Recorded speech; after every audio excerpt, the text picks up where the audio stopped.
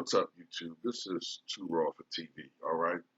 So I meant to do a video about this yesterday, but um, yesterday was the big game and other things. So I'm doing it now. I want to give a shout out to Brandon because Brandon told me about this tape that Skip Bayless had that's being condemned by everybody, you know, by everybody. But I want to see what he actually said for myself. I saw it yesterday and I was appalled at what Skip Bayless said. Now, I'm not an NFL fan. I don't follow football. But what he said about Dak Prescott was disgusting. Okay. Um, if you don't know, Dak Prescott in an interview talked about his battle with depression. In particular, Dak Prescott said that as a child, I think he battled depression. His mother died when he was a child, which is very traumatic for a kid. Um, and of course, he talked about the death of his brother this year. Um, it wasn't initially reported the cause of death for his brother, but he confirmed that his brother committed suicide. And he talked about how this has been a source of great pain to him, and that he has opened up to his teammates about you know why he has been, I guess, in great pain, this year, and he just opened up about it. And I thought Shannon had a very mature take on it. I think it was his take was very reasonable and understanding. Skip sounded like a dinosaur, okay, and it makes me believe that there's something wrong, perhaps, with Skip Bayless. Honestly, he was condemned for what he said. Uh, Fox Sports actually, the executives talked to him about what he said. And apparently, Skip Bayless didn't apologize today. And in fact, he pretty much doubled down and reiterated that he stands on his position. This is my thing, man. Skip talks about how basically Dak Prescott needs to put on his man, he basically makes it seem like Dak Prescott needs to man up, you know, get over it, and rise to your job as the quarterback of the Dallas Cowboys. And I could easily make this about race, and I have no problem with anybody in the comment section making this about race because it does seem to play a bit of a factor. I've noticed that whenever any sports figure who is African American talks about anything that doesn't relate to sports, matter of fact, open up your mouth about anything. If you say anything other than "I was glad for the opportunity," thank you, boss. If you don't say something to that effect, and you say anything that's perceived as controversial or negative or whatever, you get this in so many different words. You get shut up and play. Whether you're talking about your political affiliation, which look, you open yourself up to criticism when you go political. But if you're talking about something like this and you still get that, yeah, there's something wrong here. Okay, there's something wrong here. First of all, as much as we love sports, there are some things that are infinitely more important to me, and I'm assuming to you than sports, and that's my family. I'm assuming your family is more important than sports, right?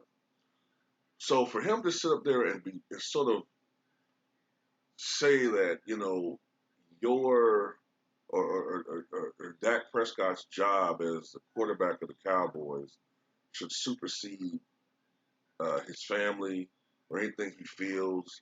And this, no, I think that that's a problem with Skip is that he over glorifies sports. You know what I'm saying? Like sports is important, but my family comes before sports. That's why I had no problems whatsoever during the quarantine when sports was cut off. Sports is not that important to me. I can talk about other things on my channel other than sports. If you remember in that segment, Skip was talking about how he was telling Shannon, I don't know if this network's going to survive. Why? I mean, look, there are other things that you can talk about. Be creative. You can talk about other things, you know? And I don't like how Skip is belittling mental illness and depression. He talked about how when he was growing up as, I guess a poor kid in Oklahoma, he had some things, got depressed about, he had issues, blah, blah, blah, blah. Yeah, but there's a difference between being sad and being a little bit slightly depressed and clinical depression. Those are totally different things. I don't think Skip really understands what he's talking about in the subject matter. Okay. And this is where, this is why I'm kind of surprised with Skip. Number one, he talks about how he was such a huge fan of Pistol Pete Maravich, right? If you know anything about Pistol Pete Maravich, he constantly battled depression throughout his life. Constantly. If you read about Jerry West, you will know that he has had a decades long battle with severe clinical depression. Still to this day. If you look at how he reacted when Kobe Bryant died, and you saw that emotion come out Jerry West, he was extraordinarily depressed. He's prone to those types of wild mood swings and exaggerated moods.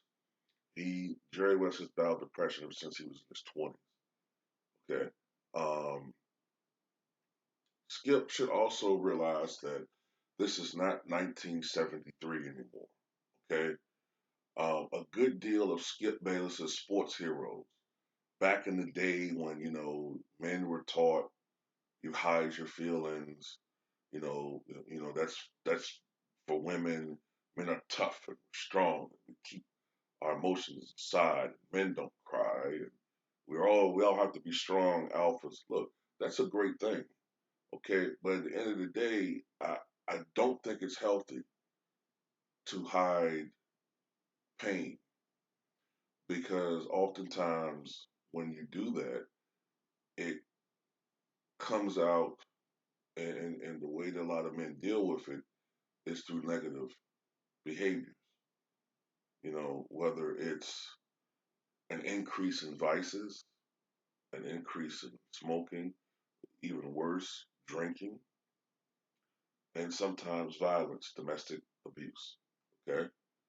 Um, Look at how depression affected Mickey Mantle. He drank himself to death. Look at Billy Martin. Literally, he drank himself to death. That car accident that killed him in 1989, Christmas Day, I think it was, Christmas Eve. You know, look at all of these sports figures that have, in essence, have dealt with substance abuse, which has been linked to mental illnesses and mental depression and chemical imbalances. Doc Gooden, Daryl Strawberry, and others, right? And then, look at Donnie Moore. Donnie Moore was a pitcher that played during the 1980s. And I believe it was a playoff game, it might have been the ALCS. where he was playing with the then California Angels, and he threw that ill-fated pitch to Dave Henderson, then with the Red Sox, later with the Oakland Athletics, and that was a series-changing moment, and that team wound up blowing a lead and losing that series. And Donnie Moore mentally deteriorated after that. He was criticized constantly in the media, blamed for blowing that game. Eventually, Donnie Moore killed himself, shot himself, I think, in the head 3 years later. Okay? Look how many NFL players that have committed suicide over the past 10 plus years. You know what I'm saying? I know you could partially blame it on the mental the brain disease that a lot of football players have had, but whether you're talking about Dave Durison, you know what I'm saying, or whether you're talking about Junior Seau, you know what I'm saying, or you're talking about Lawrence Phillips, he committed suicide. Andre Waters, and that leads me to another point I want to make. In the African American community, there's this stigma about mental depression. How many times do we look at somebody and that person's off and they're talking to themselves, and we derive that person. That's a crazy motherfucker. We laugh at them and make fun of them. We don't know what that person went through in their personal lives. You know what I'm saying? This is a person that may have been a normal person 3 years ago. Perhaps this woman was brutally raped by a trusted person. Maybe her family members turned against her and blamed her for the rape. Maybe she subsequently lost her job. Maybe she has had a severe mental breakdown, which could conceivably happen to all of us. But we deride and we laugh at this person. That is this problem that we have in our community. And for that, that's why I do commend Dak Prescott for coming out and saying that, yeah, he does battle this. And I don't think that it should be stigmatized in our community the way it is. You know what I'm saying? I have had a family member, okay, no longer alive, who did deal with mental illness. And I remember how people always treated this person differently. They always treated her differently than other people. You know what I'm saying? They talked about her behind her back. This is a person who went through hell and persevered for many decades and battled this issue that she had, but no, everybody wanted to talk about her. Oh, she had a nervous breakdown. Yeah, I don't know I don't know, I could never let that happen. Yes, you could. Yes, you fucking could. There's nothing different between her and you, okay? There's nothing other than your life was more rosier than hers. And you didn't have the same experiences that she had. You didn't have to go through the same bullshit and tragedies that she had to go through. You judgmental fuck. So, in closing, what I'm saying is Skip Bayless is 100% wrong on this issue. 100%. Okay? I get the Michael Jordan esque motivation to be at your best. Okay? I get that. You know what I'm saying? You always supposed to bring in 110%. But if something is not right up here, if your head's not right, how could you handle the rigors and stress of being in a leadership position if everything's not 100% healthy up here? You have to get your mind right first to be able to be at that level. So no, Skip is 100% wrong on this one. You know what I'm saying? And at the end of the day, You know, I really don't understand why he's having such a hard time with this one. I really don't. I don't get it.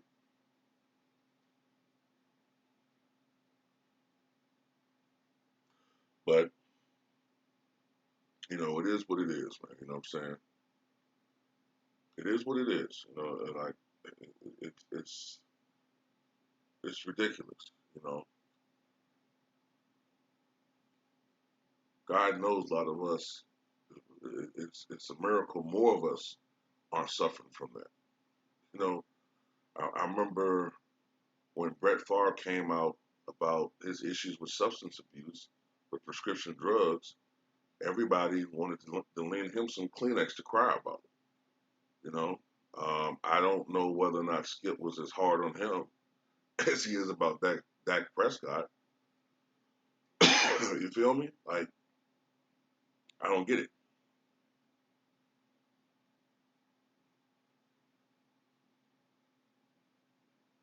I mean, when you look at a lot of these athletes, you can tell that a lot of them really have had mental issues.